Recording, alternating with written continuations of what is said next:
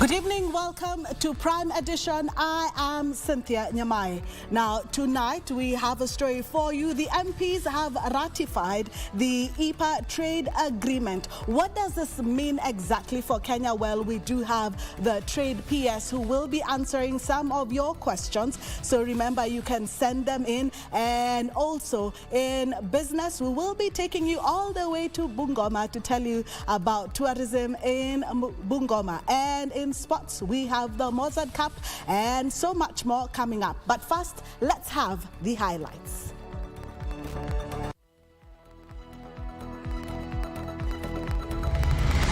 I already told the National Youth Service to provide some land for us to relocate some of the people who are in the most dangerous parts of Nairobi. A national flood emergency multi-agency team launched over disruptions caused by ongoing heavy rains. Na kama bunge tunataka kumwomba Linturi Mithika ajibandue kabla tujambandua. More than 100 MPs sign up in support of a motion seeking to impeach Agriculture CS Mithika Linturi. Send children to schools that provides their pathways. There will be schools which provide 3 pathways, so they may take more kids across the spectrum. And classes to resume as planned. Education Ministry assures parents of learners' safety when schools reopen next week.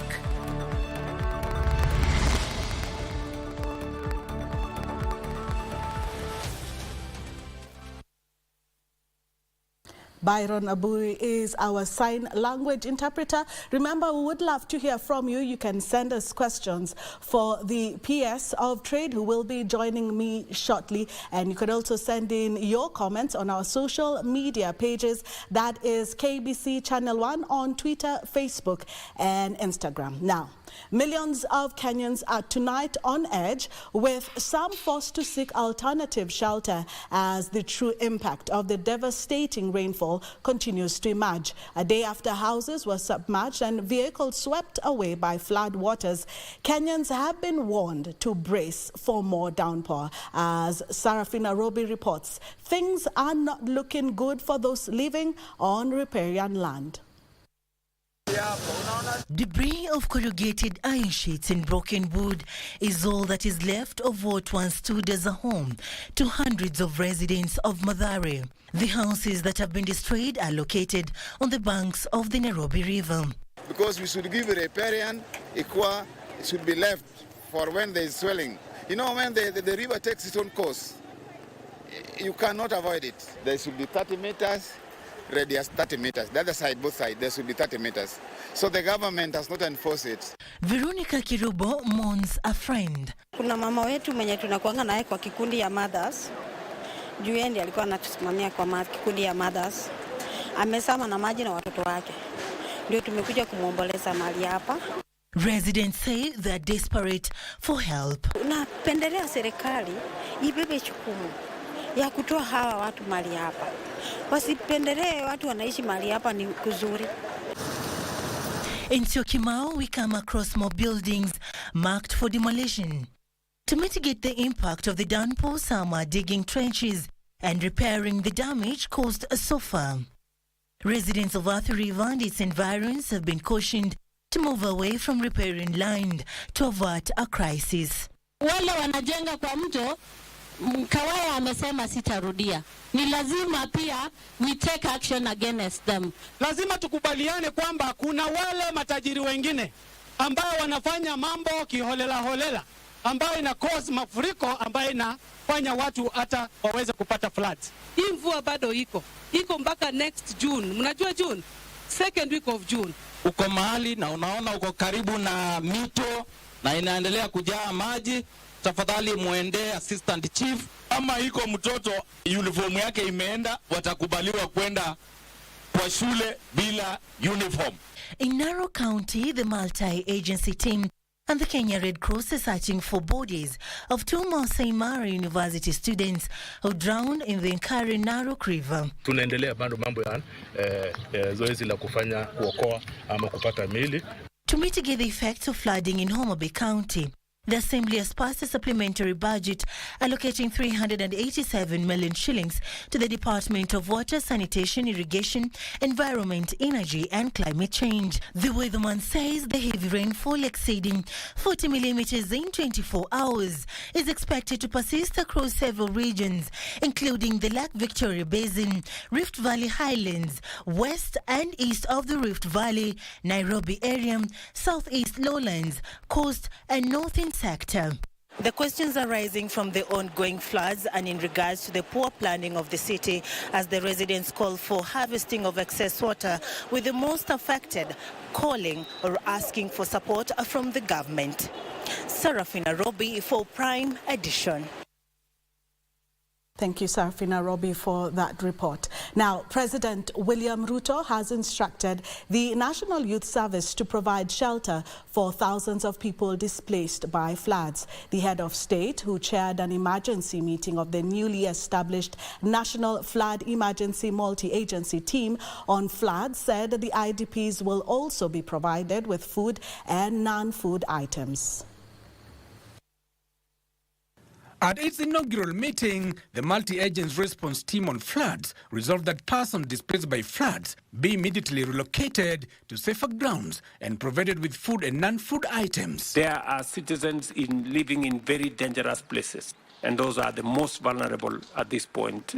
A multi-agency response center to monitor the flooding situation has also been set up at the Ministry of Interior. The National Youth Service has been mandated to provide shelter for the affected families, while the military will be involved in rescue operations to ensure no more lives are lost. I already told the National Youth Service to provide some land for us to relocate some of the people who are in the most dangerous parts of Nairobi. The government observed that the rains are set to intensify next week, saying the weatherman will provide daily alerts to inform Kenyans on the situation. Kenyans are requested to be careful and not to dare nature, because it is dangerous to do so.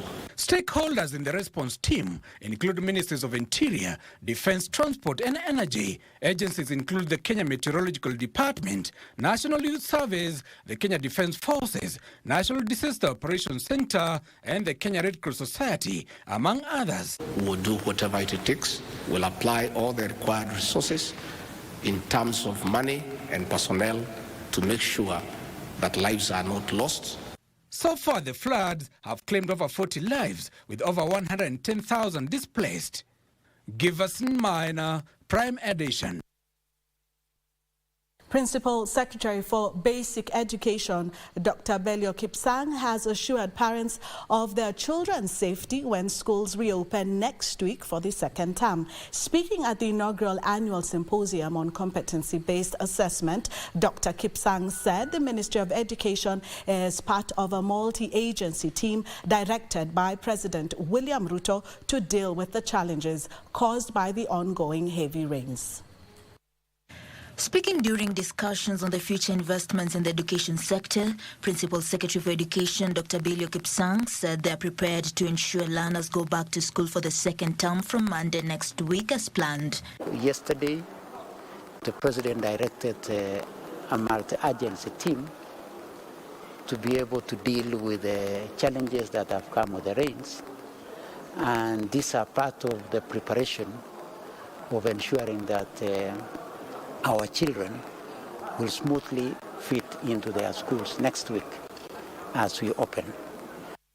While reviewing the implementation of the competency-based curriculum, Kipsang said that going forward, the Ministry of Education will conduct formative and summative competency-based assessment so as to give every child an equal opportunity to develop their skills. Because it is only through the two that we shall give every learner an equal opportunity.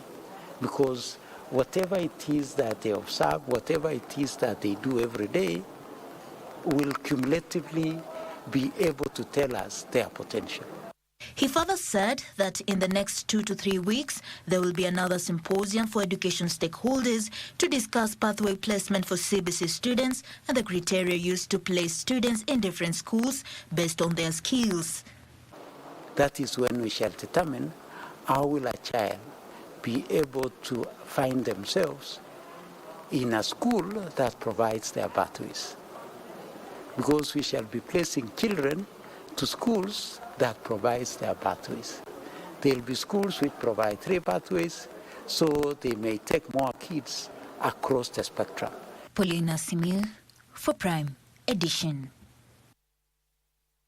Siaya Governor James Orengo is on the radar of the Ethics and Anti-Corruption Commission over alleged graft-related charges. This emerged at the 3rd EACC Anti-Corruption Workshop for Media Practitioners, where former Chief Justice David Maraga called for immediate action to curb what he terms as a new trend where corruption suspects seek orders from high courts upcountry to avoid facing the anti-corruption court. Siaya County is once again in the crosshairs of the Ethics and Anti-Corruption Commission over alleged massive looting of public resources. Speaking at the 3rd EACC Anti-Corruption Workshop for Media Practitioners in Nairobi, Ethics and Anti-Corruption Commission Chief Executive Officer Twali Mbarak said Siaya is among the counties on their watch. The 3rd quarterly report of EACC released in 2023 placed Siaya County among the top counties on the radar over embezzlement of public funds worth millions. Niendeleni kuiba, but pole will get hold of you. So it's a message. And the issue of saying it's political, you know, that is the song of politicians. Investigations conducted by the anti-graft body show that 400 million shillings was allegedly embezzled in Siaya County through claims of allowances for training and official public engagements which were never held. Meanwhile, former Chief Justice David Maraga has raised concern over a new trend he terms as judicial forum shopping, where corruption suspects circumvent anti-corruption laws. Maraga says that culture needs to be stopped immediately if the war against corruption is to be won. In a way, it's not harm, really. It will delay the disposal of those cases. When you find that it has gone to another court, that court has its own schedule of cases. It has its own, we call it cost list and a diary.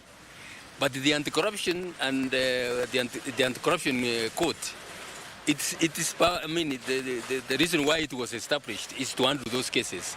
Maraga has urged the EACC to promptly engage the Chief Justice Martha Koome to ensure corruption charges are handled by the High Court division that is established for that purpose. Tilio Marco for Prime Edition. Membership registration under the newly established Social Health Authority will begin on the 1st of July. Health Cabinet Secretary Susan Namukicha says the new health legislations include mechanisms to enhance immunization against endemic diseases such as malaria. She made the remarks during the commemoration of the World Malaria Day in Kisumu County, while Clifford Ketch reports. When we were preparing for this event, Health Cabinet Secretary Susan Namukicha Thursday led the country in marking this year's World Malaria Day in Awase, Kisumu County, under the theme Gender, Health Equity and Human Rights. It's really an honor to be here in Kisumu. In efforts to realize a zero malaria nation by the year 2030, Namukicha said the new health legislations provide for mechanisms to leverage the expertise of community health promoters in enhancing immunization against endemic diseases such as malaria. Kuanzia mwezi wa 7 tutaanza kujiandikisha kwa Social Health Authority. Na katika hiyo Social Health Authority ndio rais alipunguza malipo ya NHIF kwa wale ambao wako na mapato ya chini kutoka shilingi 500 hadi 300. The Cabinet Secretary said elaborate plans are underway to upscale distribution of insecticide-treated mosquito nets to at least 22 counties before 2025. And just to emphasize, please, mothers and our CHPs, ensure children get the malaria vaccine. And please follow up to the 2 years.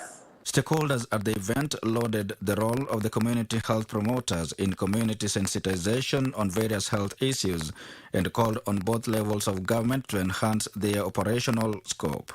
I would request Waziri engage the CHPs more on the issue of fighting malaria. These are principal agents on the ground. The stakeholders also called for an urgent and conclusive address to the flooding menace if the war against malaria is to be won. We cannot be crying year in, year out. Floods. We know that we are celebrating World Malaria Day today, but we also know that flooding is one of the ways of enhancing,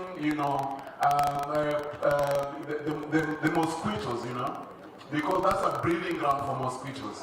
And so this could not have come at a better time. CS Nakumicha also saw the launch of blood and malaria vaccine deliveries to various health facilities in Kisumu by Zipline Logistics using the drone technology.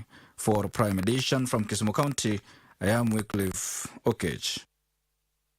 At least 150 suspects believed to be involved in criminal activities in Mombasa County have been arrested following a raid at their hideouts. The raid was conducted by a multi-agency team comprising of the National Police Service and Mombasa County enforcement officers. Cases of muggings and attacks have been on the rise in Mombasa, with locals calling on the government to double down on the vice.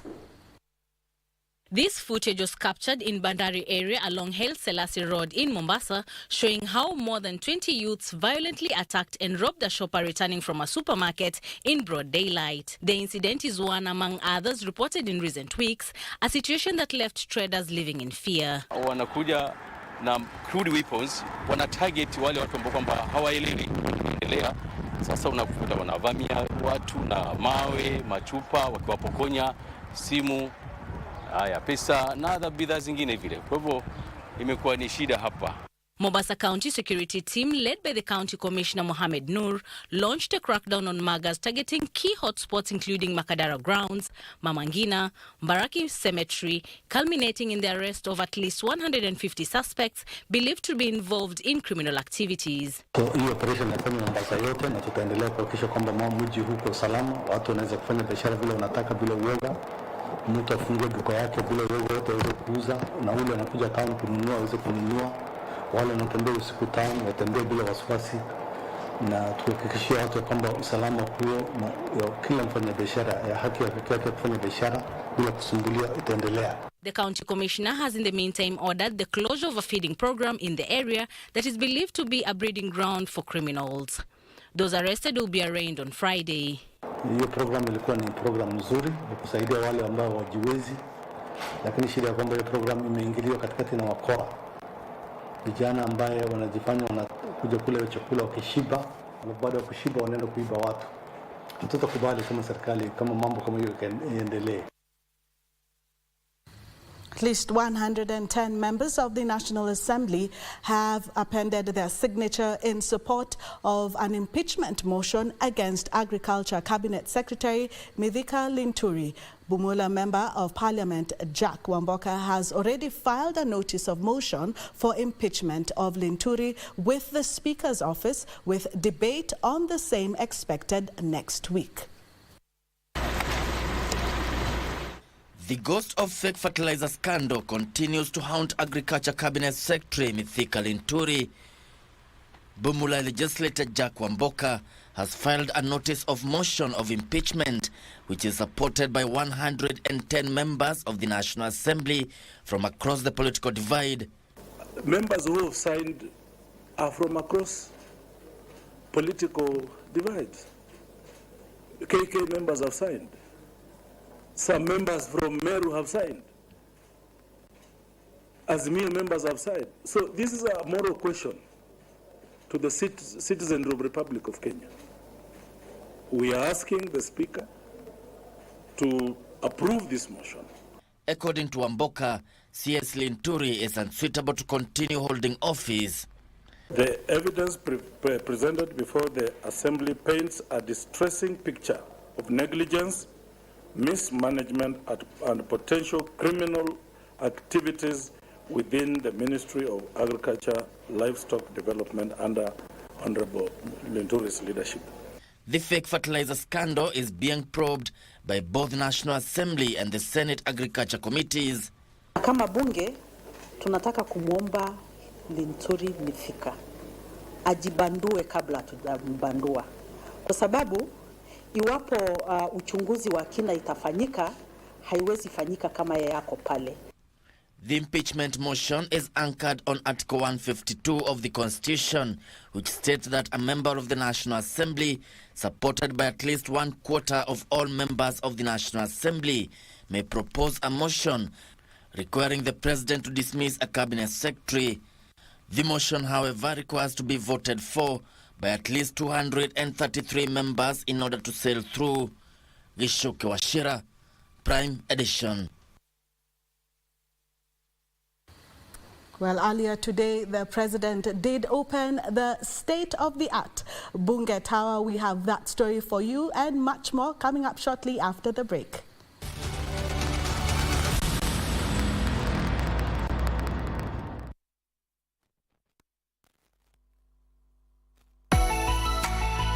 Tumewakumbuka. Kenya Revenue Authority is writing off penalties and interest on outstanding tax debt for tax periods up to 31st December 2022.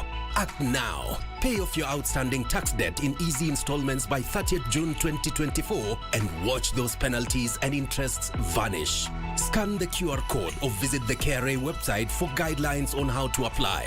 You can also call us on 0711 099 999 or visit any of the nearest KRA offices. This is a once-in-a-lifetime opportunity to set your tax records right. Anza upya na KRA Tax Amnesty. Kenya Revenue Authority.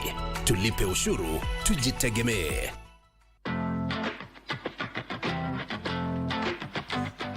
Welcome to Sensei Institute. Mahali skills zangu ni pesa mkononi.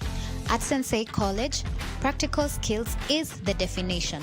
Accredited by the government and founded on a Christian background, Sensei College offers all-rounded programs that are tailor-made to enhance your skills and give you the future you desire. We offer courses such as interior design, fashion and design, hairdressing and beauty, hospitality courses, trailer driving and defensive driving, building construction technology, CCTV, solar and electrical installation, photography and video production, electronic courses, vehicle electronics and mechanic courses, agricultural mechanics, ICT, and many more. To enroll in any of our campuses in Nairobi and Nakuru, all you need is your national ID card. Mapema ndo best. Take advantage of our monthly intake. Come to kusort na skills. Sensei College, my skills, my future. Haya, Cynthia kungoja kwenye star 570 hash kuna ploti na ni up to 1.1 million Kenyan shillings with a genuine title deed na inakungoja star 570 hash ukana shake. Your house is one of your greatest investments. Have you bought a domestic package insurance cover? This policy covers residential buildings against damage by floods, fire and lightning, and other causes. House contents like furniture and household goods against theft or damage. Death or injury to domestic servants in the course of employment. Death or injury to visitors within the residential premises. Personal belongings like laptops, iPads, and phones within and outside the home. Read and understand the terms and conditions of your policy.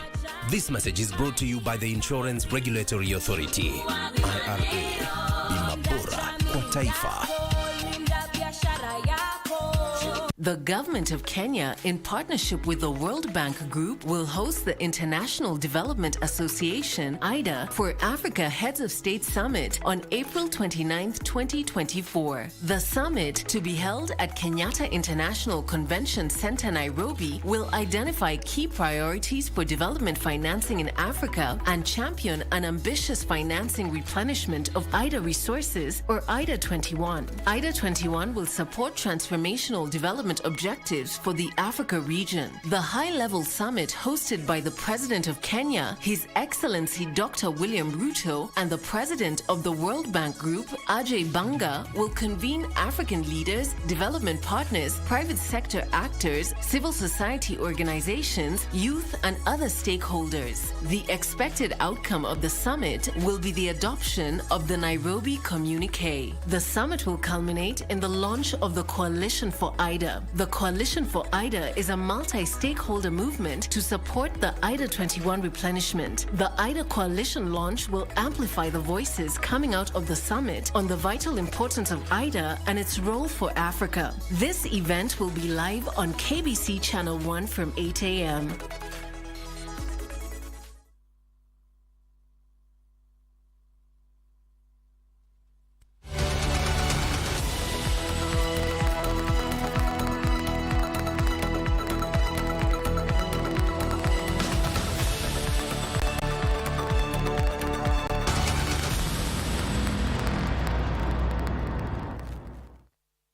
Welcome back. Now, earlier today, we did see the President hail the MPs for ratifying the EPA agreement. Now, what does this mean for Kenya and what opportunities are going to open up for us? Now, in studio, I am joined by the PS of Trade, Alfred Kombudo. Thank you so much. I hope I said your surname right.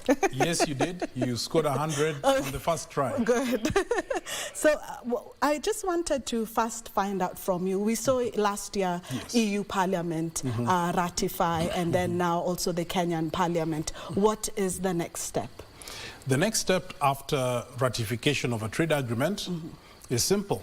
Is basically once the two parties have come to an agreement, yes. and both their parliaments have ratified the agreement, we basically take it to be deposited at the World Trade Organization, so that it can be recognized as a legal international trade instrument. Yes. I'd like to point out, however, that where we've gotten to has been a journey of close to 20 years. Yes. And therefore, this is a very historic, a very monumental step, one that we believe will provide lots of dividends for Kenyans, but also for East Africans. Yes, yes. And even as you say, it's going to be historic. Is the ministry now going to take time to perhaps educate Kenyans about what exactly this agreement means and how it's going to benefit them? Yes, because if we take all the work to negotiate a trade agreement, yes. and then we do not educate, sensitize, work with the private sector, then the results are probably not so much. And perhaps I'd like to state that the Kenya-European Union Economic Partnership Agreement yes. is a trade agreement that allows Kenya to have permanent access to the European Union market without paying taxes, duty-free, and without a limit as to how much you can export, which is quota-free, into the European Union for everything that we produce. And therefore, we think that it's an area that can provide lots of dividend for us. The European Union is an important market for us. Currently, we export more than 20% of everything to the European Union. It's a 27-country bloc, and it is worth a GDP of about 13 trillion euros. So it's an extremely important partner to have, and we're proud to have walked this journey over the last 20 or so years and finally secured permanent terms for Kenyan exports into this market. Yes. And what does this mean then for, or how is it going to trickle down then to, say, the farmer and the SMEs, for someone who's watching you right now? Because a lot of times agreements look like they're high up there, they're just government agreements, they're meant for the bigger businesses and multinationals. But how will it then trickle down to the farmers, to the small and medium enterprises? Excellent. And that's probably the most important part of this discussion. Yes. If you look at Kenya's relationship with the European Union right now, we are exporting probably about $350 to $400 million worth of flowers. Yes. We are exporting close to $180 million worth of fruits and vegetables, coffee, probably around $150 million, and so on and so forth. What this means is that we now assure that this market will remain permanent over time. We can now start doing more investments into these sectors. We can actually start doing more industrial work in these sectors because industry and investment loves a certain environment. Yes. And before now, we had been operating on a temporary instrument that the European Union had provided that allowed us to access that market, but could be withdrawn anytime. Yes. And therefore, this, I think, is going to be a big trigger for investment and industry. Another thing that I think is quite key here is if you look at the kind of stuff that we're exporting to the EU, even the agricultural commodities, the sugar snaps, some of the vegetables and some of the fruits, avocados, these are things that can be grown by somebody that has a 10 meter by 10 meter small plot somewhere. And smallholders, therefore, are able to benefit from this. People who work in cooperatives are able to benefit from this. And so it's not just for the large players, it's also for the smaller players. And when you look at the ecosystem of exports, you have people who work as transporters. Yes. You have people who work as packers in pack houses. Yes. You have people who work as scientists that are trying to look at all of these things. There's a whole ecosystem of people that are relying on our $1.2 billion dollars a year export into the European Union. My ambition and the ambition of the ministry is that we now want to embark on a sensitization program, a capacity building program, so that we can double, triple this over the coming years. And when you talk about capacity building, sometimes, I think even a few years ago, we saw that there was a halt when it came to fish export because of some of these standards, especially in the European countries. Are we going to see also then more training for the farmers to ensure that they do actually get to those standards? One of the areas that I love most about this agreement is that it is an agreement whereby development cooperation is a very key part of its implementation. Yes. So in addition to providing tariff-free, duty-free, quota-free access into the market, we negotiated and are able now to have commitments around development cooperation. Yes. And already we can see some of this happening.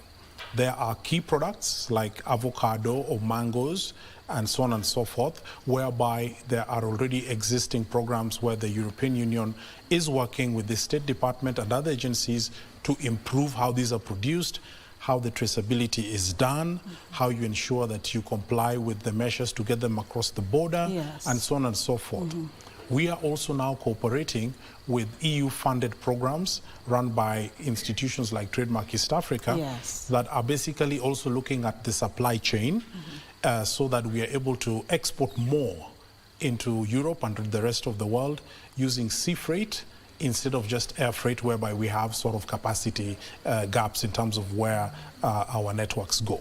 So we are already seeing a partner, in my view, that is demonstrating that cooperation, capacity building, and support to exercise that market is really part of the deal. Yes. Let's talk about opportunities, because I'm sure there are people now who are, you've said it's historic, so they're thinking they've never thought about the export market. They're excited about this as you're talking about it. What are some of the opportunities that are really going to open up for this country, and especially when it comes to the sectors? You've mentioned agriculture and manufacturing. Are those the priority areas? What other areas are going to open up, and what are the priority areas? Thank you so much, Cynthia, for asking that. There are a number of sectors that I believe could benefit from this agreement in addition to the traditional ones. Number one, we export about $1.6 billion worth of tea to the world. Yes. Just about $40 million only is currently going into the European Union. We've mostly done this to other parts of the world. So we can understand this market, and we can actually grow our tea exports into this market, particularly if we can do premium packaged tea that basically can attract a premium. Another sector that I think we should be looking at is the leather sector. We have the third largest, maybe second largest herd of animals in the continent. I'm told probably the 12th in the world. Yes. And this is a sector whereby we are doing the investments around how we keep animals, how we safeguard the hides and skins, how we collect them and avail them to our local tanneries. We do have tanneries here in Kenya that are supplying markets in Germany, markets in Italy, and markets in the rest of Europe. Using the EU framework, we then should be able to get more investments into the sector, understand the markets better, and work with potential people in industry to basically advance this sector. Yes. So the other thing that I think I look at is that an agreement like this is not just supposed to bring benefits to Kenya alone. We also see opportunities for small and medium enterprises in Europe that are interested in investing in Kenya. And this framework gives them the comfort, the certainty that they are coming into an environment whereby they understand how we do customs, they understand how we do trade facilitation, they understand how we manage certain processes with the view that then they can get into the market. Now, what other advantage then does Kenya offer? We are part of the East African community, we are part of COMESA, and therefore I do believe that there are several sectors whereby we could attract investment: petrochemicals, machines, medicines and pharmaceuticals from the European market, yes, on the basis of this new friendship. Yes, and last year I saw when they were voting in the European Parliament, 366 members voted, and they were so excited about it. Why is Europe so excited about the EPA Pact? What is exciting about it? What opportunities are they seeing? Because we also have to make sure that we also understand the opportunities, and there is no imbalance when it comes to trade between Europe and Kenya. Yes, when I saw the European Parliament voting, yes, I think that was probably just about 2 months back. Yes. You know, I received a message from Brussels, and it was 366 out of about 500 voting for, yes, and a few abstentions and so on and so forth. Kenya is an exciting country, not just to be in, yes, but those outside are looking at us in a very interesting way. I think there has been a realization that His Excellency the President has been advocating a strong agenda around responsible manufacturing, around climate finance, around targeting Kenya and the continent as a place whereby we can have a different conversation. Yes. One around investment, one around green manufacturing, one around whereby we produce sustainably. And you are able to see that we are beginning to attract the attention of the world, yes, on this account. If you look at Naivasha, whereby we want to do a lot of ICT related work that requires green energy. If you look at our manufacturing sector, whereby we are beginning to get investments in places like pharmaceuticals, I think Kenya is interesting also because we provide to the world a very strategic access point, yes, to the east of the continent. Yes. We are also strategic because we have rule of law, and they see that this is a place that money can be invested in. Yes. Investors are shy. Yes. And they really want a place whereby systems work. Yes. It is my proposition that Kenya has graduated to be that place in Africa. To be a stable environment. Yes. But we are also talking a lot about, and certainly we've seen the President, about the EAC. What does that also mean now for the region? Excellent question. I invite Kenyans to look at the name of the agreement, yes, in full. Yes. And that will demonstrate that it is an agreement that has the East African community at its core. Yeah.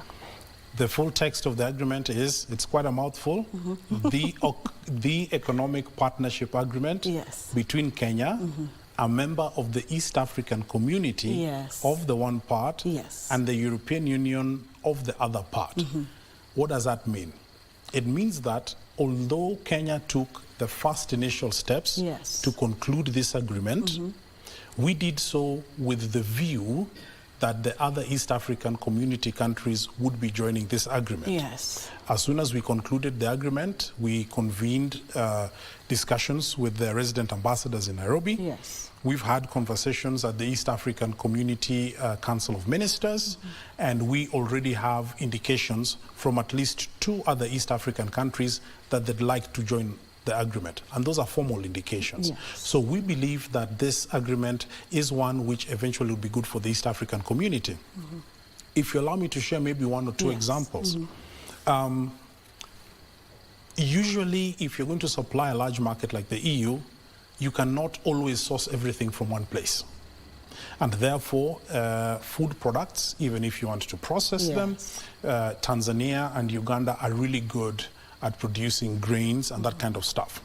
So sourcing can be done. We want to be big on things like textile and apparel, where we believe we make very good products into the EU market. Uganda grows very good cotton, and so on and so forth. So already I think that's going to be something whereby accumulation around East Africa is going to be there and is allowed within the context of this agreement. But most importantly is that we welcome them with open arms. The larger text of this agreement was actually negotiated together. It's only that Kenya took the bold step to follow through. The first, yes. And with the meeting, as you're having a meeting with the other EAC states, what are they saying about it? Are they also looking forward to their agreements? And what do they think about the EPA agreement? Okay, so every country wants to grow. Every country needs to trade. Every country has an economy that is transforming over time. So what we are seeing is that over time we will have these countries' economies change. Yes. Kenya exited being a least developed country some years back. Yes. Tanzania is likely to do so fairly soon, and a number of the others are likely to do so as well. The instrument that they're currently using to access the EU market is based on the fact that they are LDCs. Yes. And so they really have to also look at the future, and I see that they're very keen to basically join sort of a forward-looking arrangement like the EU, so that then we are able to proceed as a bloc. Yes, yes. There's a question that has come in. We had asked viewers to send in a question. I was expecting this one from the youth. And there's been this conversation about encouraging the youth to get into the agriculture sector. And there's one person, I suspect he's a youth, Joseph Nyaga, who says, what does this mean for the youth in Kenya? Yes. It means a lot for the youth. First and foremost, it means a lot for rural youth. Yes. Young people who are eking a living, doing different things in a rural setting, many of them are doing agricultural related work.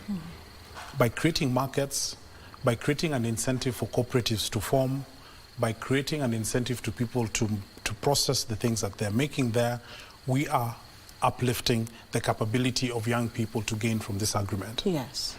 But I think even more profoundly is that the agreement provides what we call a rendezvous clause, which means that we are going to negotiate further part of the agreement covering services. Now, this part of the agreement is for the export of goods, which is a huge part of what we do for a living. But young people in this country are getting digital. They are getting the ability to offer services.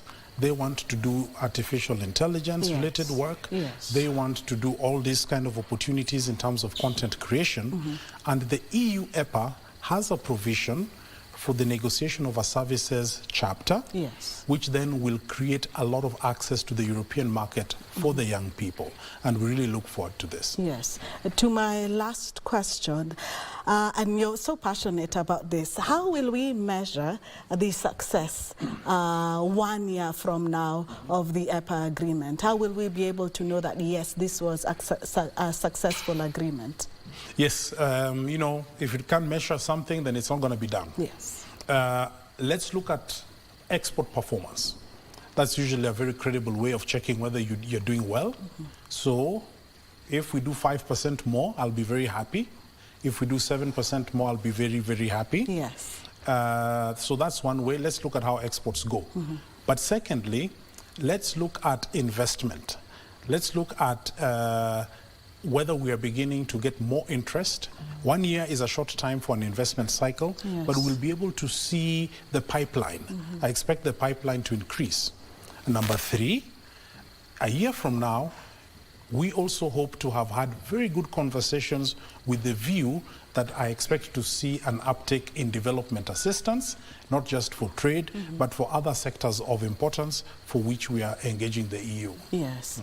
Rose Akama is asking, as a youth, I knew the youth have to ask questions, but as a youth, are there resources that perhaps they can get from government to get more information and also training for them to now take part in this trade?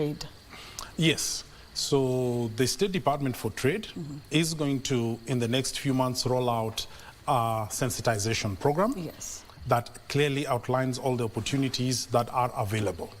And our opportunities are not available just looking at it from a regional agreement, but don't forget these are 27 countries. And each country has different development programs, which then become a priority in the context of us becoming friends in this context. We are also having programs, development programs that we expect to run with the European Union to basically help exporters, help people who want training to understand how to reach the market and all those kind of things, which would be huge consumption areas for young people wanting to exercise trade. So over the next few months, I urge the young people to keep track of this agreement and engage us when we get out there so that we can share specific details. And as you're engaging, do you expect to see more interest up country than ever before? Because you've been talking more about agriculture. I do expect to see interest all across Kenya. Also because if you look at some of the sectors that we are keen to engage as part of this agreement, if you look at the leather sector, for example, it starts all the way from our herd of sheep, cows, and other animals. These are all over the country. And sometimes we have animals in what some people perceive to be drier parts of the country that don't get so much action in relation to other crops and that kind of a thing. So there's an equalizing effect if you look at sectors such as the leather sector. So we know that's going to happen.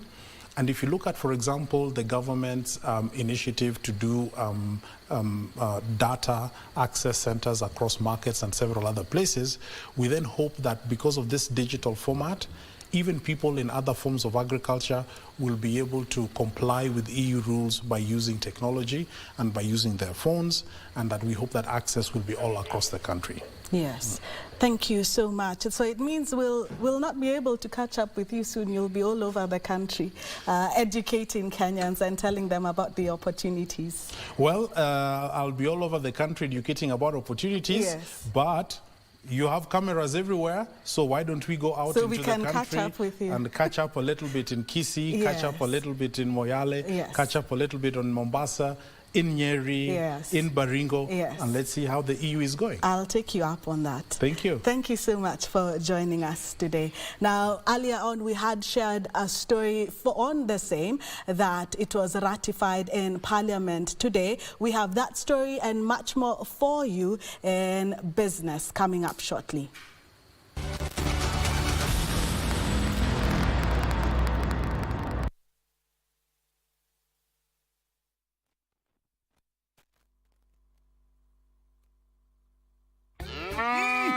Shamba ni mbili, yako ni gani? Kwenye star 570 hash. Every 100 shillings unayotumia kwa Lucky Game inakupa 1 entry point ya kuingia kwenye drum ya draw, ambayo inakupa fursa ya kujishindia moja kati ya shamba hizi mbili.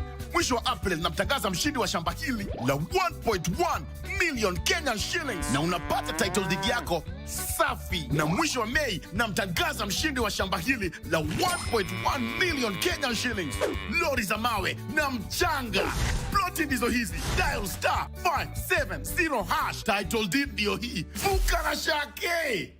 Ili kupata msubiri Mungu kama skiza tune yako, bonyeza *812*501 hash. Kijana kanipigia simu, amejawa na huzuni, amefadhaika yuhoi. Nikamuuliza kunani? Japo nimetia jitihada za mtu wa kujenga nyumba kwa mate, nikaongeza kumcha Mungu, sifanikiwi. Naishi kama lofa mlala hoi, kabwela wa madongo. Kupata msubiri Mungu kama skiza tune, bonyeza *812*501 hash. *812*501 hash. The government of Kenya, in partnership with the World Bank Group, will host the International Development Association, IDA, for Africa Heads of State Summit on April 29th, 2024. The summit, to be held at Kenyatta International Convention Center, Nairobi, will identify key priorities for development financing in Africa and champion an ambitious financing replenishment of IDA resources, or IDA 21. IDA 21 will support transformational development objectives for the Africa region. The high-level summit, hosted by the President of Kenya, His Excellency Dr. William Ruto, and the President of the World Bank Group, Ajay Banga, will convene African leaders, development partners, private sector actors, civil society organizations, youth, and other stakeholders. The expected outcome of the summit will be the adoption of the Nairobi Communique. The summit will culminate in the launch of the Coalition for IDA. The Coalition for IDA is a multi-stakeholder movement to support the IDA 21 replenishment. The IDA Coalition launch will amplify the voices coming out of the summit on the vital importance of IDA and its role for Africa. This event will be live on KBC Channel 1 from 8 a.m.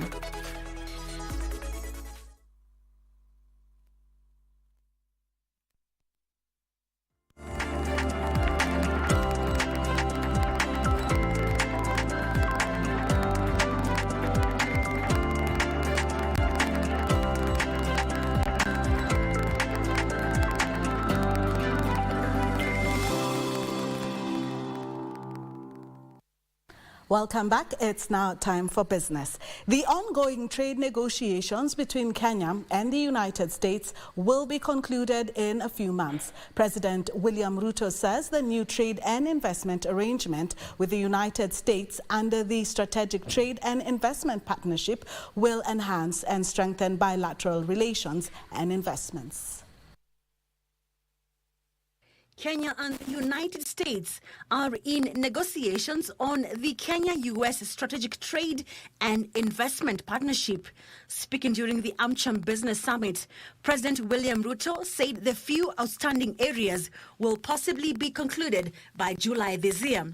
Is acceleration of negotiations and collaboration in that space so that we can unlock the tremendous potential that it portends, not just for Kenya, not just for our region, but for the U.S. as well. We also, we've talked about AGOA, although I'm not the trade rep. It's certainly President Biden's priority, and we would like to support that to make sure that Congress renews AGOA. President Ruto urged U.S. companies to explore investment opportunities in agro-industry value chains to produce medical commodities and biomedical supplies locally, digital infrastructure and last-mile fiber optic connectivity, as well as housing and MSMEs. A whole ecosystem of thousands of enterprises. More critically, I invite you to also consider the intentional measures we have taken as a country to develop the necessary conditions for private sector growth, including creating a stable, transparent, and predictable business environment. He says Kenya is developing a framework to anchor the emergence of Amazon, Google, and Microsoft of the future and the startup bill. Wairi Mujenga for Prime Edition. Curtains came down for the Connected Africa Summit, with policymakers calling for more collaboration and investments in the technology sectors. Information, communication and technology ministers from Africa vowed to increase investments in ICT infrastructure and digital training to help accelerate connectivity on the continent. Deputy President Rigathi Gachagua says the government has set an ambitious project to digitize all public services. In the last 4 days, hundreds of thought leaders in the ICT space gathered in Nairobi to discuss challenges and opportunities in the industry. Through these discussions, we have managed to scan the operational environment to discern the challenges we are faced in the digital space and what we need to do to overcome those challenges. We commit to harmonize legislation and regulation of ICT across Africa to enable cross-border data transfer, to facilitate trade and information sharing across regional blocks, harmonize taxation on ICT to incentivize investment in the sector. Deputy President Rigathi Gachagua noted that adoption of technology was key to driving e-commerce, particularly under the Continental Free Trade Area Agreement, which has already been ratified by 70% of African countries. Our continent is not just designed and destined to be an endless consumer of digital innovations. Africa must make digital innovation a lifestyle. Key components of the declaration include increasing internet access by 20% in 5 years, training 1 million individuals by 2027, and implementing secure programs to address the digital divide. After 4 days of intensive discussions and deliberations at the inaugural Connected Africa Summit 2024, where ideas flowed, the time for action has now arrived as curtains draw to a close. Trevor Ngendo for Prime Edition at Huru Gardens, Nairobi. Trevor, for that report. The government is set to overhaul the credit guarantee market in a bid to spur growth and rein in errant players. The National Treasury plans to introduce various measures like converting the state-owned credit guarantee scheme into a company with private and public sector shareholding. Small and medium enterprises Cabinet Secretary Simon Chelgei says the reforms are aimed at helping small businesses access credit with ease. Formed in 2020, the state-backed credit guarantee scheme was meant to help small enterprises acquire business loans without collateral. However, the scheme has failed to live to the hype, having disbursed around 6 billion shillings as banks insist on lending at market rates. According to statistics from the National Treasury, the scheme, which seeks to share default risks with commercial lenders, has since disbursed 5.8 billion shillings as of June 2023. National Treasury has put up a seed investment. We expect to now encourage banks and also financial institutions to also contribute or capitalize this fund or even match the fund. The National Treasury has drafted new regulations aimed at policing the credit guarantee schemes in Kenya. Under the proposed regulations, the Central Bank Act will be changed to give the central bank powers to regulate and supervise the schemes. Speaking during a stakeholders consultations forum on the proposed policy overhaul, players in the sector urged the government to develop tailor-made sub-schemes that cater to women, youth, and persons living with disabilities, among others, to tap larger markets. We also need to have a special focus for the youth, right? Which then forms the bulk of the targeted segment, targeted beneficiaries. Ndutamo Kami for Prime Edition. The economy this year is projected to grow by 5.7%, supported by agriculture and the service sectors. This is according to National Assembly Budgets and Appropriation Committee Chairperson Ndindi Nyoro, who also believes the Kenya shilling will remain stable this year, driven by the monetary policy in place. There have been concerns that the ongoing long rains could affect the economy as flooding in some areas hurt agricultural productivity. However, National Assembly Budgets and Appropriations Committee Chairperson Ndindi Nyoro believes the economy is resilient and that the service sector, coupled with cool political temperatures, will drive economic growth this year. I am anticipating a shift now from the fixed income instruments even to other areas like the capital markets, the stock market, and the rest. But generally speaking, the economy in Kenya is doing very well comparative to other economies. Kenya grew by over 5.5% last year. The current figures that we are anticipating this year is around the same. After weeks of strengthening, the shilling has lost about 7 shillings to the dollar over the last 1 week, which according to Nyoro should not be a concern. We believe that the stability in the exchange rate market will continue to persist. Whatever oscillations that are there are mostly driven by the sentiments, locally especially by holding of the dollars. Nyoro was speaking during Gen Africa's 7th Annual Investment Conference in Diani that discussed, among others, the shift from lending government and fixed income instruments to stock markets. Returns are not necessarily driven by stock selection or sector selection or whatever the case may be. They are actually driven by the diversification of the portfolio that you have. Frederick Muki for Prime Edition. Kenya plans to leverage on construction of a 270 million shillings roots, tuber and banana laboratory to increase potato production. Kenya Plant Health Inspectorate Service Managing Director Theophilus Mudhui says the facility, which will serve the East African region, will produce and assist in multiplication of quality potato seed to meet both the domestic and export demands. About 6 to 10 tons of potatoes are harvested in an hectare currently, against a potential of 25 tons per hectare. To increase potato production, Kenya Plant Health Inspectorate Service, International Institute of Tropical Agriculture, and the International Potato Center are set to start construction of a 270 million shillings roots, tuber and banana laboratory that will offer clean planting material. Breeders, propagators will come to us and will provide that service of cleaning their planting materials from parasites, from bacteria. Realization of this project is key to the revolution of Kenya's agriculture. The facility will also offer training on seed multiplication.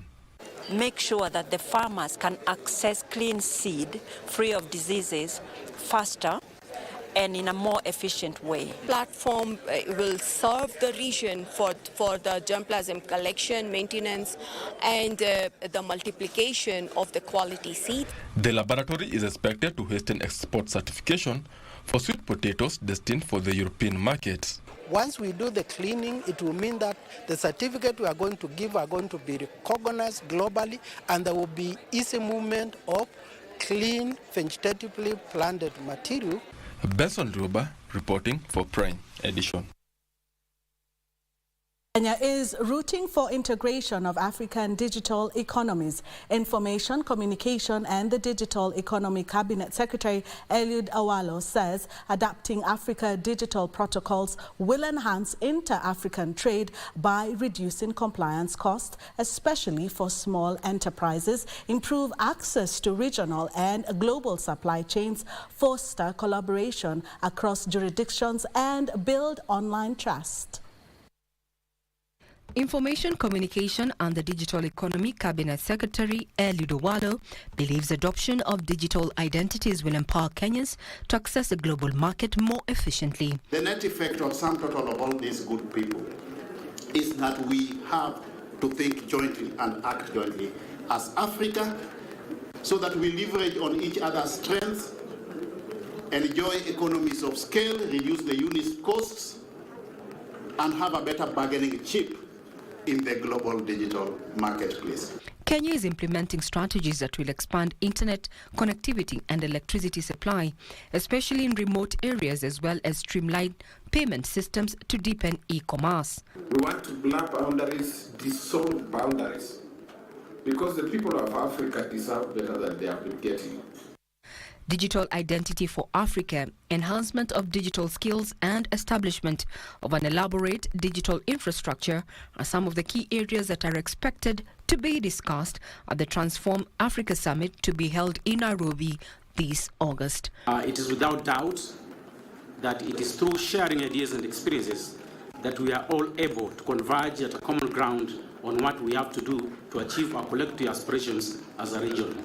It is a responsibility for all of us, not only Kenya, even the SMART country members, because this is where we showcase our power in terms of head of the state presence, ministers' presence, regulators' presence, IT agency presence, private sector member presence, and also our international partners' presence. Regina Manyara reporting for Prime Edition.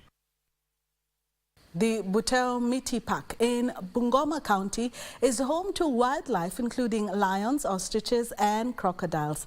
Beyond the wildlife, the zoo with rich indigenous forest cover was created to spearhead a number of initiatives including educational tours. Tonight on Magical Scenes, we highlight attractions in Bungoma.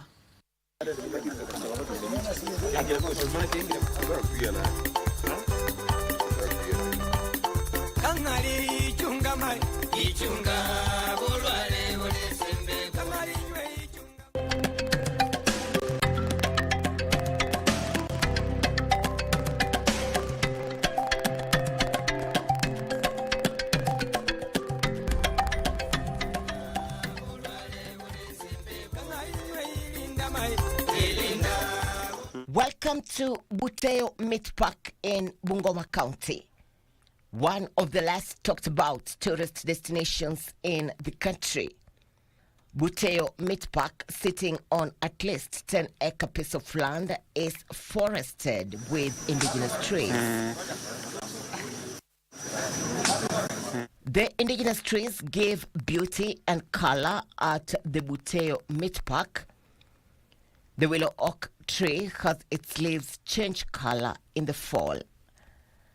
The sweet bay magnolia tree is simply beautiful in full bloom in the spring. From birds nesting in their branches to insects finding refuge in their trunks, these indigenous trees arguably create thriving ecosystems.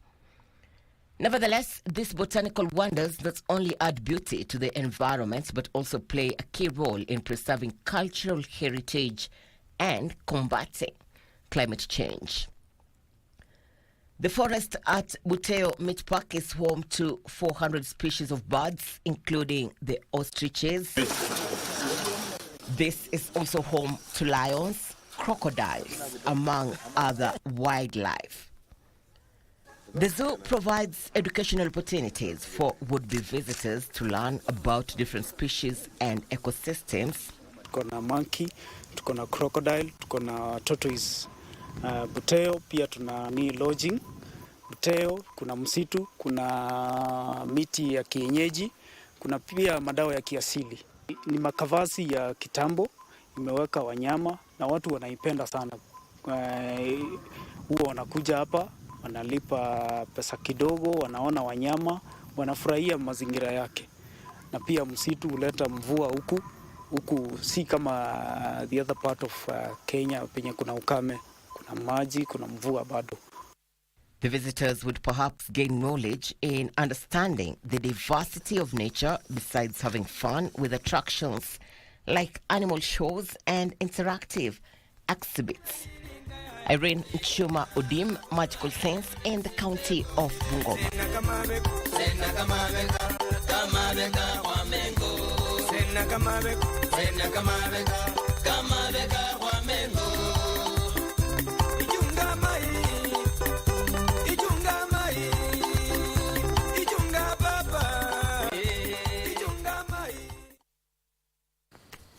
Well, I wish I could turn the cameras and you see how everyone is dancing to that tune. But Magical Scenes marks the end of business tonight. Up next, sports.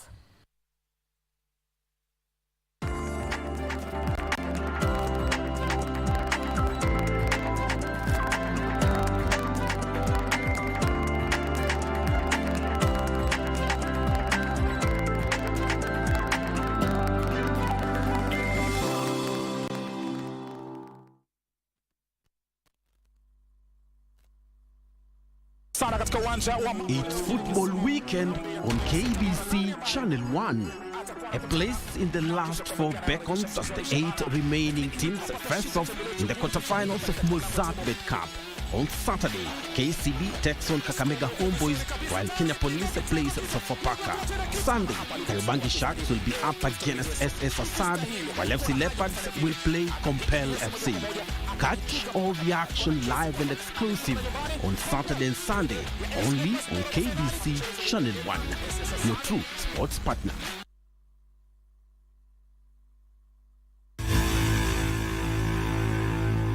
Sports News is brought to you by Mozart-Bet.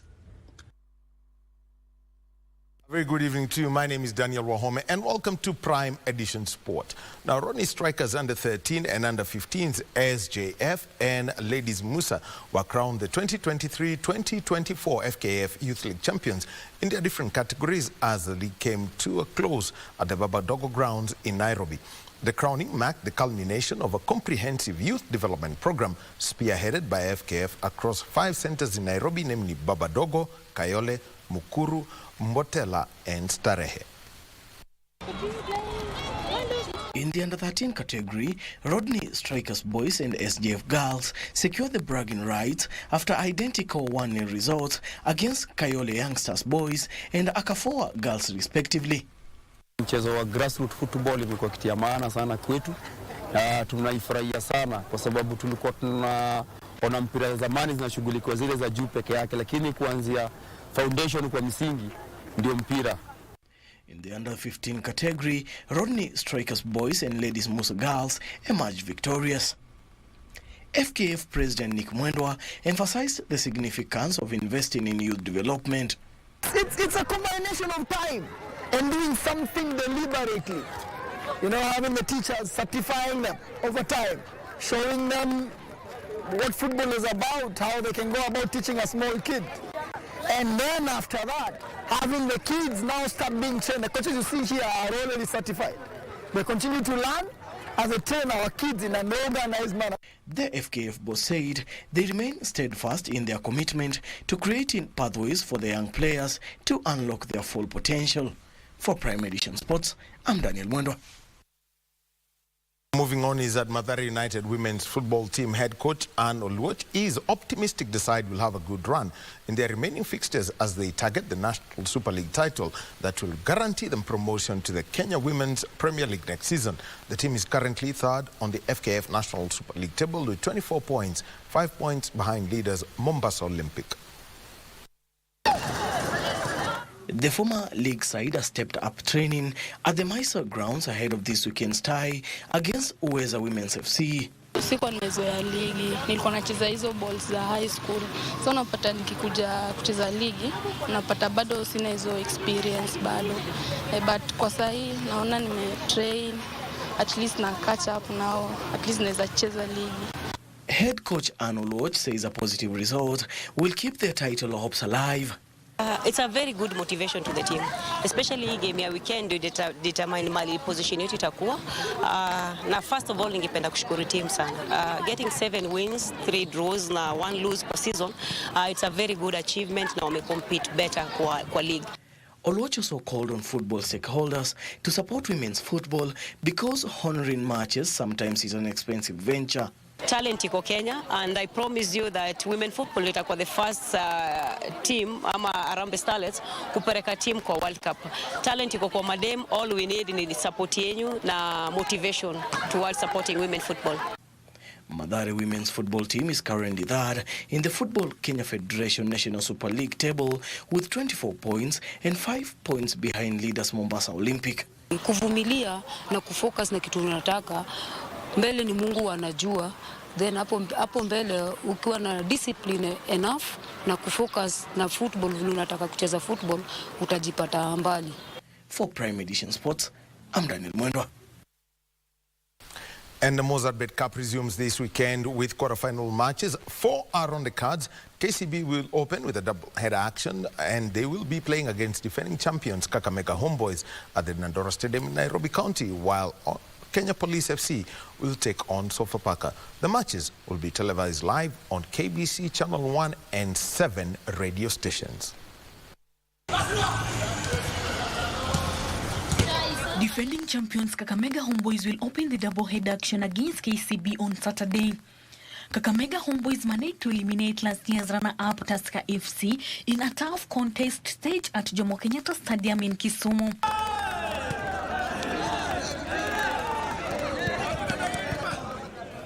In another quarter-final match, Sofapaka will face Kenya Police. Sofapaka's journey in the tournament includes 2 penalty shootouts against Libwet and Bungoma Stars, while Kenya Police secured the victories over Posta Rangers and Mombasa Stars.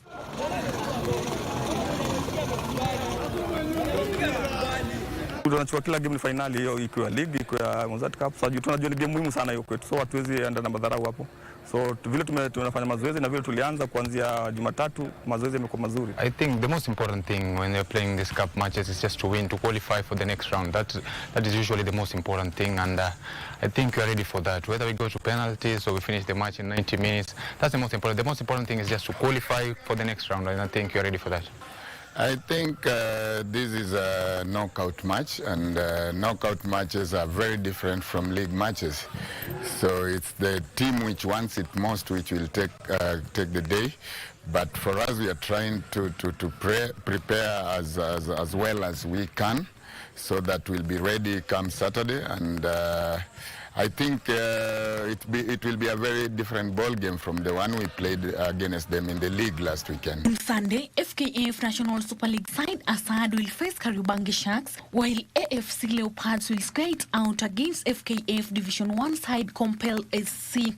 Teams will not only vie for the Mozartbet Cup and the 2 million cash prize, but also an opportunity to represent the country in the CAF Confederation Cup. The matches will be televised live on KBC Channel 1. For Prime Edition, I'm Sela Onyango. Just a reminder that do not miss the magic of the Mozartbet Cup this weekend, Saturday and Sunday, on KBC Channel 1 and 7 radio stations belonging to KBC. Moving on is that over 100 youth gathered at the Nairobi City County Grounds Integrative for a collaborative sporting event aimed at promoting mental health and awareness and fostering community engagement. Organized by Beyond Hoops Africa, Akili Bomba and Chanua Dada and local soccer teams, the event served as a platform for youth empowerment and social cohesion. Amidst the excitement of soccer matches, the event also featured crucial discussions on mental health. In addition to mental health talks, there was also emphasis on the importance of staying away from drugs and other addictive substances.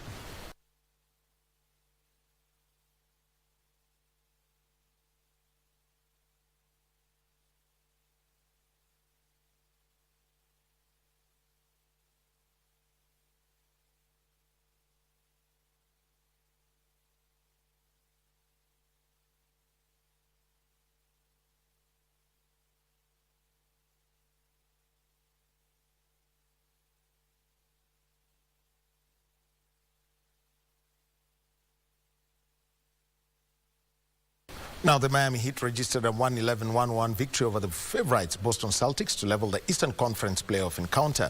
Underdogs Miami, who suffered a 20-point thrashing in the first game of the series, recovered to win that 111-1-1 victory on the road.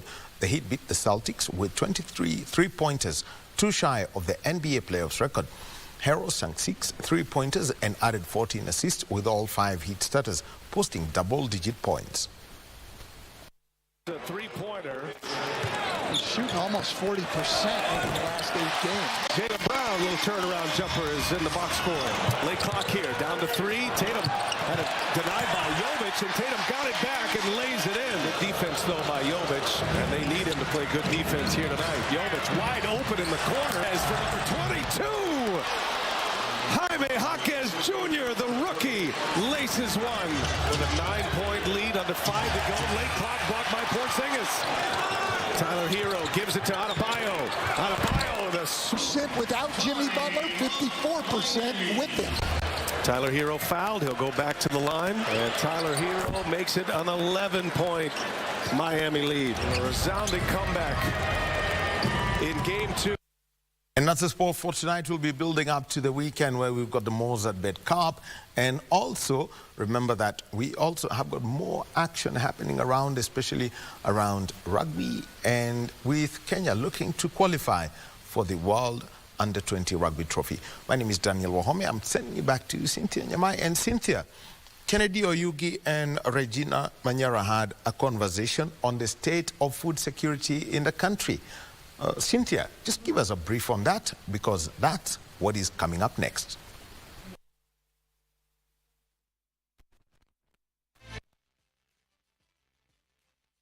Sports News was brought to you by Mozart Bet. You can lift the plane. The higher you fly, the higher your win. The sky is the limit. Mozart Bet.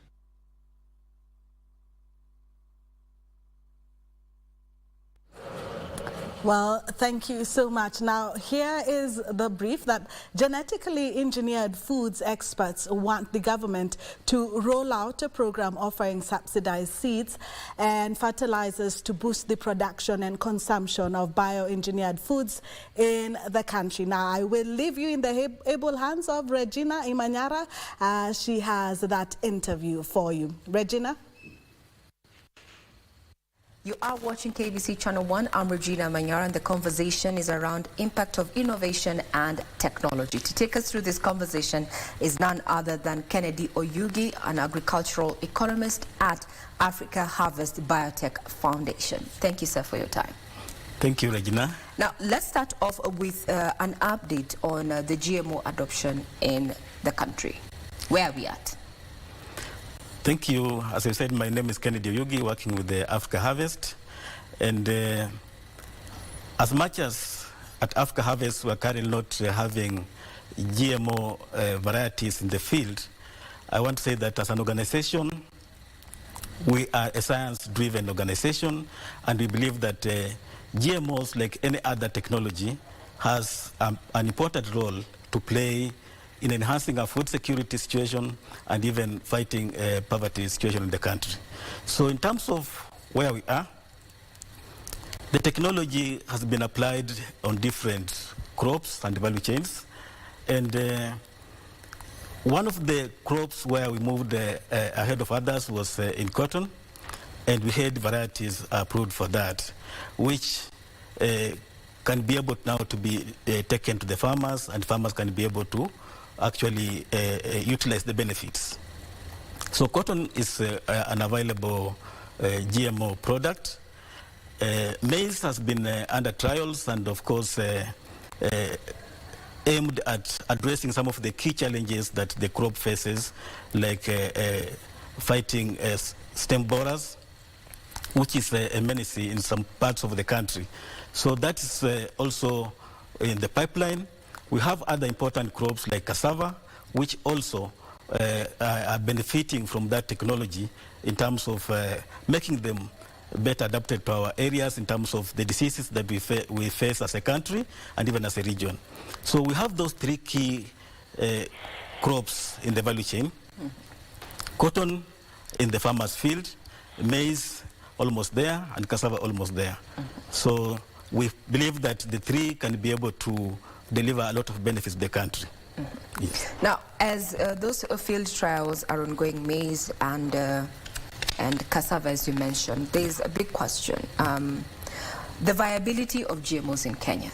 These trials are ongoing, but then, for instance, agriculture practice is largely small scale in the country. And we understand that GMOs, there's need to avoid pollination. Given our current, specs as it is, how will we manage that, to avoid cross-pollination? I mean, we have shrinkage of land under agriculture use. How do we balance that? First of all, Regina, I would like to say that this perception that GMO is a strange thing that has to be separated overly from others is wrong. Wrong because there's no danger that the GMO poses to the environment or to the other varieties which are non-GMOs. But for people who like to avoid a situation where one variety has a mix of the other one, there are standard measures which can be used to be able to address that. One of them is a staggered kind of planting, such that when one variety is, maybe GMO is flowering, the other non-GMO has already done flowering and has already passed that stage. Secondly, there are some distance that are allowed, and which I see ourselves as a country keeping, even when we are growing in conventional, actually when we are growing in GMOs, conventional varieties. Because even within these varieties, we always have different varieties even gotten from different companies, and we want to separate them. We do that even in our seeds. So it's not a strange thing that it's expected that now will happen when people embrace GMOs. Secondly, crops like cassava, the chances that a GMO cassava variety will cross to the non-GMO cassava are almost nil, because they don't like cross-pollinate. We are using the tubers. The tubers, yes. So actually the crops vary. Yeah, those risks are very limited, especially if you compare them to the benefits that we're expecting from these varieties. So this is a technology that's compatible with our systems. Now, it is critics who are still, adamant that we do not need to have, or rather adopt to GMOs in the country, have said that the cost of these GMO seeds will be far removed from a majority of Kenyans, more expensive. It will be dangerous for us to marginalize other people, say this one cannot access GMOs, and also marginalize them against the benefits of GMOs, instead of working on how do we ensure that they access the improved varieties, the GMOs, if where necessary, so that they can also benefit from the advantages that these bring about. And in this country, we are buying seeds, we are buying, we're paying for labor, we are paying for other forms of agricultural inputs, including fertilizer. So, and the cost of seed here may not be the major. If you do the analysis, you realize that cost of seed in most of these situations, among maybe labor and the other forms of capital fertilizer, will be a small proportion compared to the others. So it will be a very malicious kind of agenda to exclude other people from the benefits of these new technologies on the basis that we should block it, people not afford it. Let's bring it on the table. Let's enhance our access. For me, I believe the way we can subsidize access to fertilizer, the way we can subsidize access to other seeds, should be the same way you can subsidize access to other forms of inputs. If we are serious as a country and we are really out to get the best out of agriculture, because we claim to be an agricultural country. There's a concern on the sustainability of these indigenous conventional seeds. What's your take on that? That concern may lack in scientific evidence, because we can't rule out indigenous varieties, indigenous technologies, because in any case we expect that they are better adapted to our environment. So new technologies are coming to supplement what's there. New technologies are coming to improve some aspects of what maybe was lacking in the indigenous technologies, but it will be wrong in my view, and as Africa Harvest, to say that our varieties, especially for resilient crops like millets, sorghum, the cassava, it would be wrong to imagine that now the indigenous ones are bad. And what we're doing as Africa Harvest, we are promoting this using the best agronomic practices, and we are seeing great improvements. So sometimes it's not because our indigenous varieties, technologies have failed, but it's because sometimes there have been a gap in terms of how best do we propagate, manage, and utilize these indigenous technologies. And when we're bringing, when we bridge that gap with even the partners we are working with, the likes of ICRISAT, we bring in improved technologies, we bring in better agronomic practices, we are seeing enormous changes, and people are embracing it. Now, critics have also come up and termed that the fact that we are gravitating towards GMO technology, that at some point it may lead to food dependency, because a majority of the players in this particular GMO field are global multinationals. Of course, no one wants to have such kind of a dependence on an entity that is outside the boundaries of the nation. And so the idea that we'll be dependent on multinationals, to me, I don't think it's right, because it's a market force. If we realize that the multinationals are taking advantage of us, we have the right to use our own technologies, and we have facilities in the country which are preserving our indigenous varieties.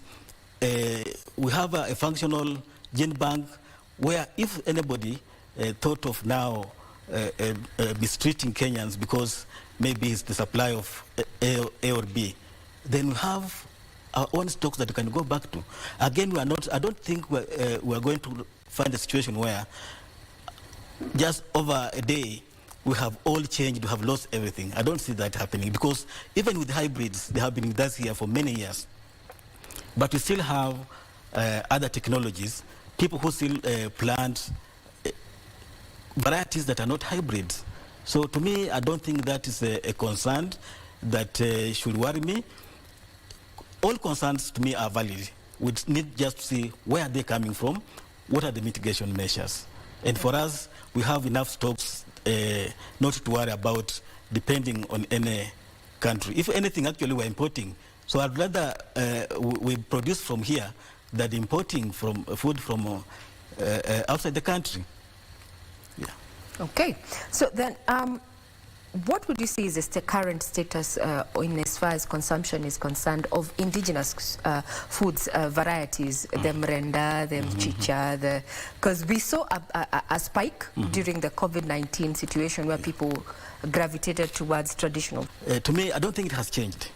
In fact, people have realized it helped us in a way to know that the traditional, the indigenous crops that we have are still as nutritious, as beneficial as they were. And what we are seeing actually is that even you go to a restaurant and people are going for ugali made of sorghum, others are looking for ugali made of millet. So I think the trend is still supporting the indigenous varieties. In fact, for me, it's how now do we ensure that we have enough seed for the indigenous crops? How do we ensure that we look at any constraint that these indigenous crops have been facing, like areas of productivity, and enhance it through research?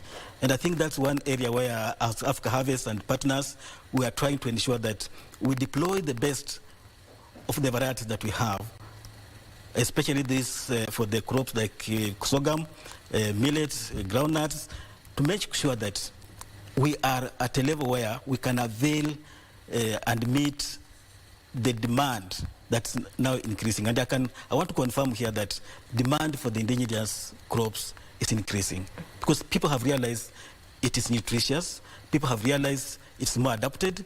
Like now we are having situations where we are looking at climate change issues, we are looking for what can work within the situation, the changing situation, and we are realizing that these indigenous crops could give us a better chance of having a good harvest.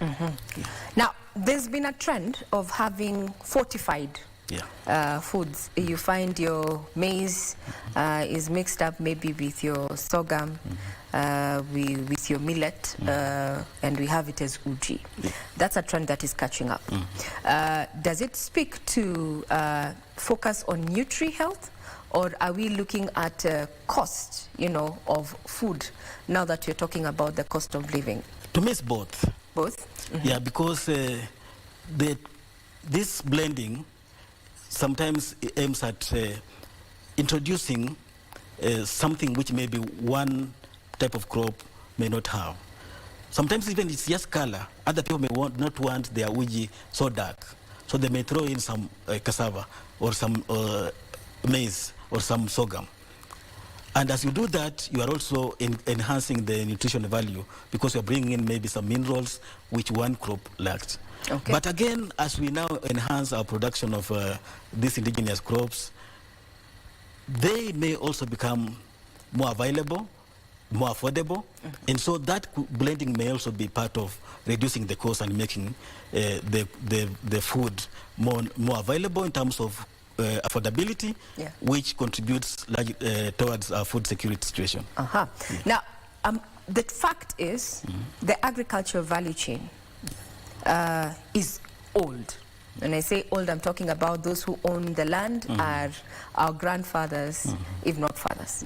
So then how do we incentivize the agricultural value chain to be more attractive as a venture, and maybe even a career for the youth, because they are the ones we're talking about in as far as future is concerned? Thank you, and that's very important, Regina, because the statistics show us that our country is largely youth and youth-driven, and we're agricultural. Then we see here a disconnect where we're agricultural, we have a lot of youth, but youth are not in agriculture. A very worrying situation. And that's why with some of our partners, actually currently Africa Harvest, we are implementing a project which seeks to bring on board over 120,000 youth, 70% of whom will be female, are female. That's what we are working on. And so far we have already onboarded currently almost 70,000 or something thereabout youth, people who are between 18 and 35 years. And what we are realizing, which people maybe are yet understand because it's a new trend, is that when you tell our youth that there's money here and you can demonstrate properly in terms of figures that if you plant this amount of land, put it under sorghum, you can be able to sell and get this. The youth are taking it very positively because no one wants to engage in some of these dirty tricks of getting money. So if you show them that there's money here and you can prove it, then they are willing to join. And one thing that has frustrated the youth previously is lack of reliable markets. We realized that as Africa Harvest, and now in all our programming, we have to move all the way using the whole value chain approach from where to get the quality inputs, how can deliver the best training in terms of agronomic practices, and the market linkages, including post-harvest handling. And once you assure the youth that there's a market, the youth are coming into agriculture. When we started the project like 2 years ago, it was a struggle. Youth would watch from a periphery. In fact, we had to recruit older men to stabilize the youth groups.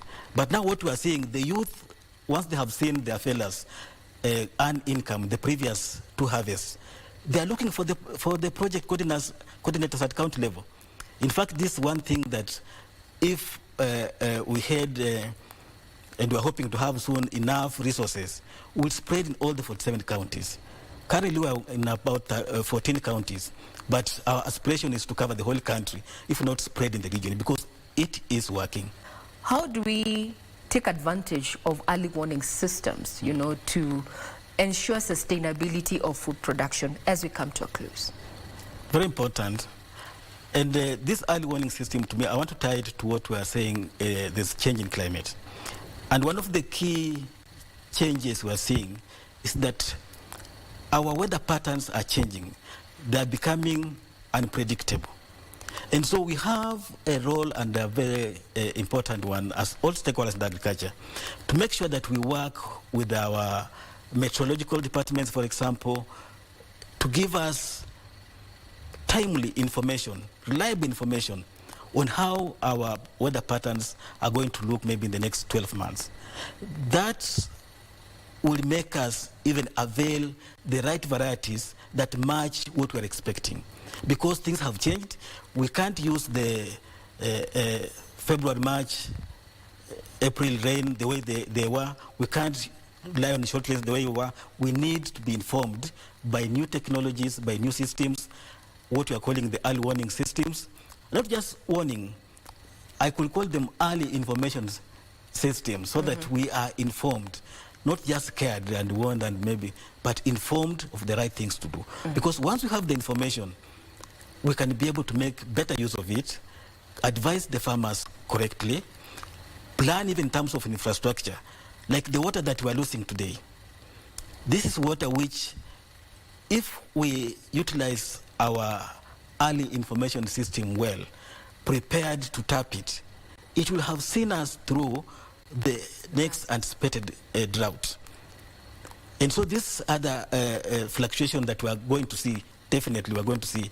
Today we have enough, tomorrow we have little. We have really moderated them, ironed them out, and be able to have a country which 12 months in a year, we have reliable supplies of water in a way that can even assure us food security. So we need to invest in our early warning system, as you said, but not just this information.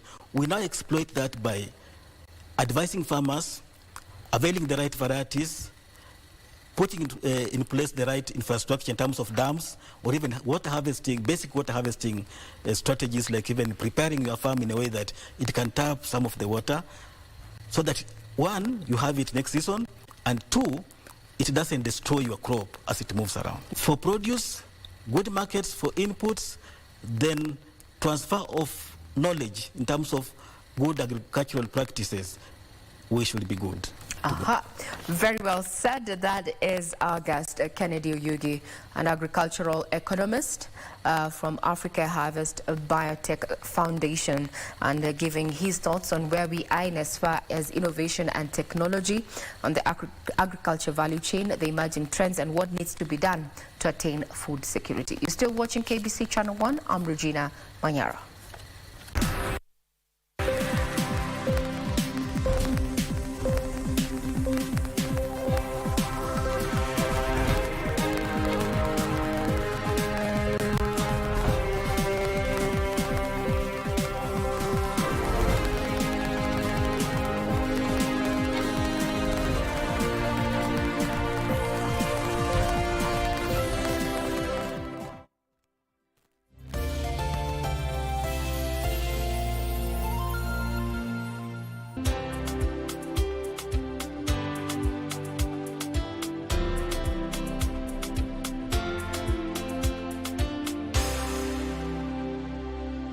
Watch the Mozartbet Cup as teams from both the top tier and low tier battle for the ultimate prize of representing the country in Africa's CAF Confederations Cup. Catch all the action live and exclusive on KBC Channel 1, beginning with a round of 16 matches, the quarter-final, semi-final, and the final. Mozartbet Cup, live and exclusive on KBC Channel 1, your true sports partner.